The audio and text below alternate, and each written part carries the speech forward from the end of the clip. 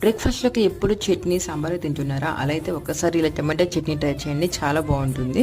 కొంచెం ఆయిల్‌లో ఎండుమిర్చి, ధనియాలు, జీలకర్ర వేసేసి చిటపట అయిపోయినాక సగం ఆనియన్, కొంచెం అల్లం, 4 వెల్లుల్లిపాయలు వేసుకొని రోస్ట్ చేసుకోండి.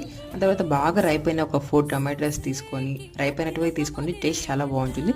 ఉప్పు, పసుపు వేసేసుకొని, కరివేపాకు, కొత్తిమీర కూడా వేసేసుకొని మొత్తం బాగా మగ్గించుకోవాలి. సిమ్‌లోనే ఒక 10 మినిట్స్ అయితే పెట్టుకోవాలి.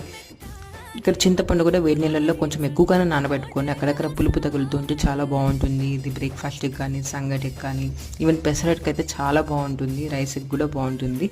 పచ్చడితో పాటు జస్ట్ ఆమ్లెట్ పెట్టుకోండి, కాంబినేషన్గా చాలా బాగుంటుంది. అంతే అండి. 10 మినిట్స్ తర్వాత బాగా మగ్గిపోయిన తర్వాత ఇంకా మిక్సీ జార్లో వేసుకొని ఆల్రెడీ మనం చింతపండు నానబెట్టుకున్నాం కదా, అది గ్రైండ్ చేసుకోవడమే. దీనికి పోపు అవి ఏమీ అవసరం లేదు, డైరెక్ట్గా తినేయచ్చు. ఆమ్లెట్ పేరప్ చేయండి, చాలా బాగుంటుంది. నా వీడియోస్ నచ్చితే ప్లీజ్ లైక్ అండ్ సబ్స్క్రైబ్.